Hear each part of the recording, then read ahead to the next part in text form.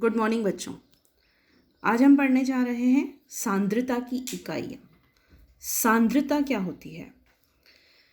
विलायक की किसी भी निश्चित मात्रा में उपस्थित विलय की मात्रा उस विलयन की सांद्रता कहलाती है। हम जानते हैं कि विलय और विलायक मिलकर के विलयन बनाते हैं, तो उस विलय की मात्रा आपने उस विलायक में कितनी डाली है जिससे उस विलयन की सांद्रता निर्धारित होगी। और उस सांद्रता की कुछ इकाइयाँ हैं जिसको मैंने दो भागों में विभक्त किया है।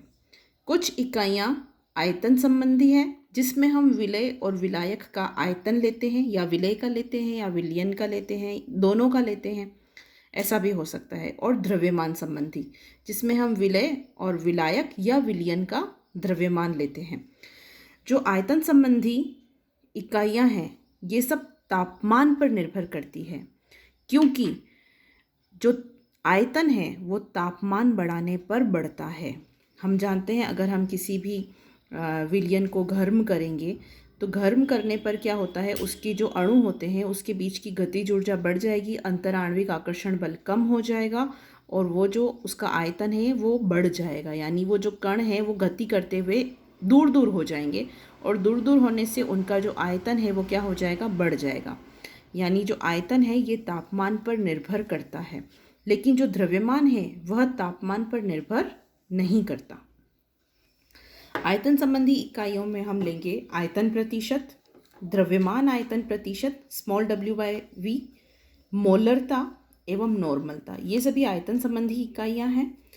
और द्रव्यमान संबंधी जो इकाइयाँ हैं उसमें आएगा द्रव्यमान प्रतिशत, मोल भिन्न, मोल फ्रैक्शन, मोल अंश भी कहते हैं हम इसे, मोललता और पार्ट्स पर मिलियन जिसे ppm से प्रदर्शित करते हैं। आज की इस क्लास में मैं द्रव्यमान संबंधी इकाइयों के बारे में चर्चा करूंगी। तो हम शुरू करते हैं। सबसे पहली हमारी सांद्रता की इकाई द्रव्यमान प्रतिशत। द्रव्यमान प्रतिशत को हम इस तरह से सूत्र के द्वारा व्यक्त करते हैं, विलय की ग्राम में मात्रा डिवाइडेड बाय विलियन की ग्रामों में मात्रा इंटू 100। यानी हमें ऊपर जो भी सवाल में हमारे विलय की ग्राम में मात्रा दी हुई है उसको लिखना है, नीचे हमें विलियन की ग्रामों में मात्रा को लिखना है और उसको 100 से गुणा करना है। एक उदाहरण करके देखेंगे तभी हमें समझ आएगा। एग्जाम्पल है कि 11 ग्राम ऑक्जेलिक अम्ल से 500 ml विलियन बनाया गया। इस विलियन का उन्होंने हमें घनत्व दिया है 1.1 ग्राम प्रति ml ग्राम मिलीलीटर इनवर्स। ऑक्जेलिक अम्ल की विलियन में द्रव्यमान प्रतिशतता को हमें ज्ञात करना है।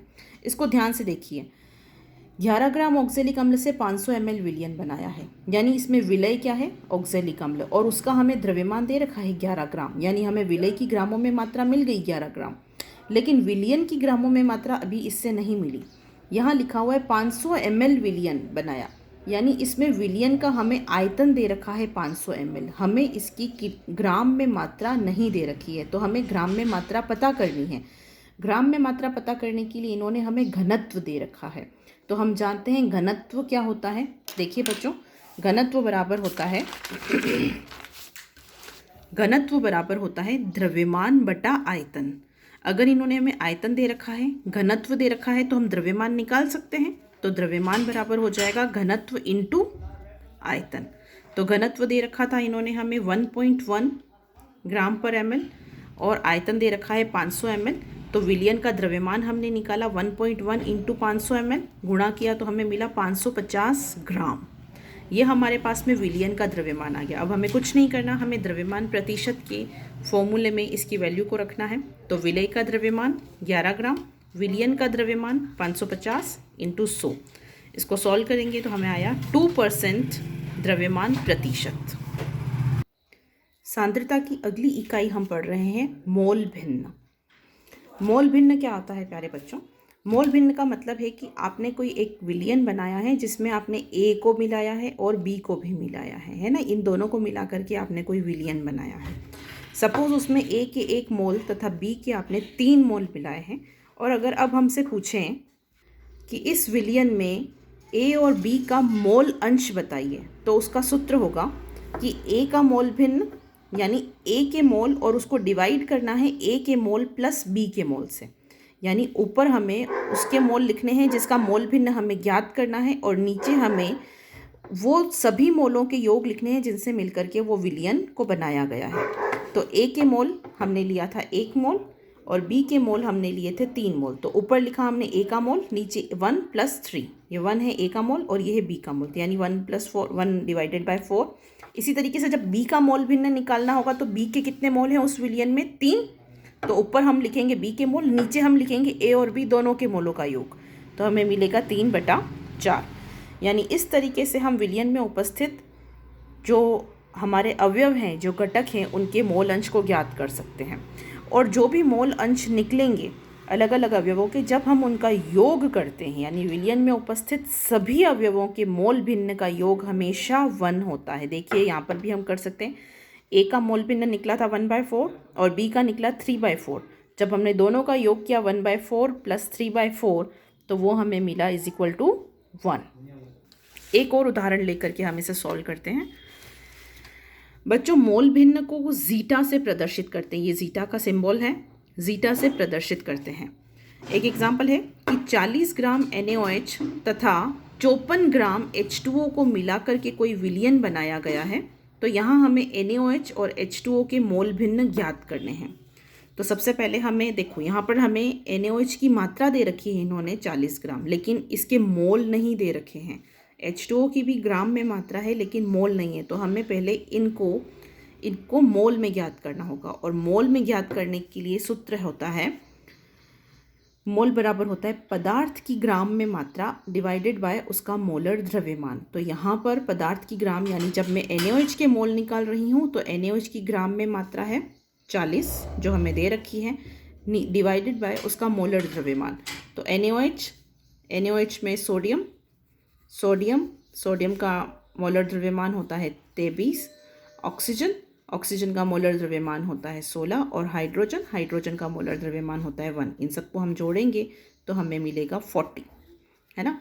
तो NaOH के मोल यानी पदार्थ की ग्राम में मात्रा इसकी 40 है, और मोलर द्रव्यमान हमने निकाला कितना हुआ, 23 + 16 + 1 जोड़ेंगे तो आएगा 40।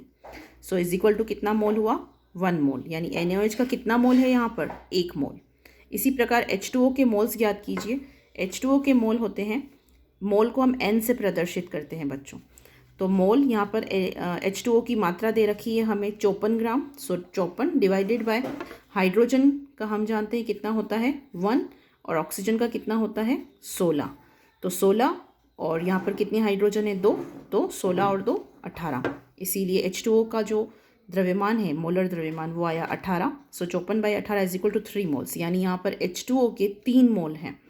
तो जब हमें मोल भिन्न ज्ञात करनी है NaOH की, तो जीटा NaOH कितना हो जाएगा, NaOH के मोल NaOH डिवाइडेड बाय NaOH और H2O दोनों के मोल नीचे। सो NaOH के मोल थे 1 और दोनों हो गया इसका 1 प्लस H2O का 3, सो 1 + 1 डिवाइडेड बाय 4 = कितना आ जाएगा 0.25। इसी प्रकार से H2O की मोल भिन्न यानी जीटा H2O = हो जाएगा H2O के मोल डिवाइडेड बाय NaOH के मोल प्लस H2O के मोल। सो H2O के मोल हमने निकाले हैं 3, तो NaOH के मोल हमने निकाल चुके हैं 1 मोल प्लस 3, सो = 3/4। इसको सॉल्व करेंगे तो आएगा 0.75। और आप देख सकते हैं कि जो इन दोनों का योग आप करेंगे 0.75 और 0.25, तो इन दोनों का जो योग है वो आएगा 1। हमारी अगली सांद्रता की इकाई है प्यारे बच्चों मोललता। मोललता का सूत्र होता है विलय के मोल डिवाइडेड बाय विलायक का द्रव्यमान किलोग्राम में। विलायक का द्रव्यमान किलोग्राम में। एक एग्जाम्पल करके इसको सॉल्व करते हैं अपन कि 20 ग्राम NaOH से 100 ग्राम विलयन बनाया गया है, तो विलयन की मोललता को ज्ञात करो। हमें चाहिए विलय के मोल। हम जानते हैं कि NaOH यहाँ पर विलय है ना, तो विलय के मोल्स निकालते हैं। यहाँ पर NaOH की ग्राम में मात्रा है 20, और इसका जो मोलर द्रव्यमान है हम जानते हैं NaOH का मोलर द्रव्यमान Na का 23, ऑक्सीजन का 16 और हाइड्रोजन का 1, इनको जोड़ा तो कितना आया 40, सो 20/40, यानी इसको काटेंगे तो आ जाएगा 0.5। ये हमें मिल गया NaOH के मोल।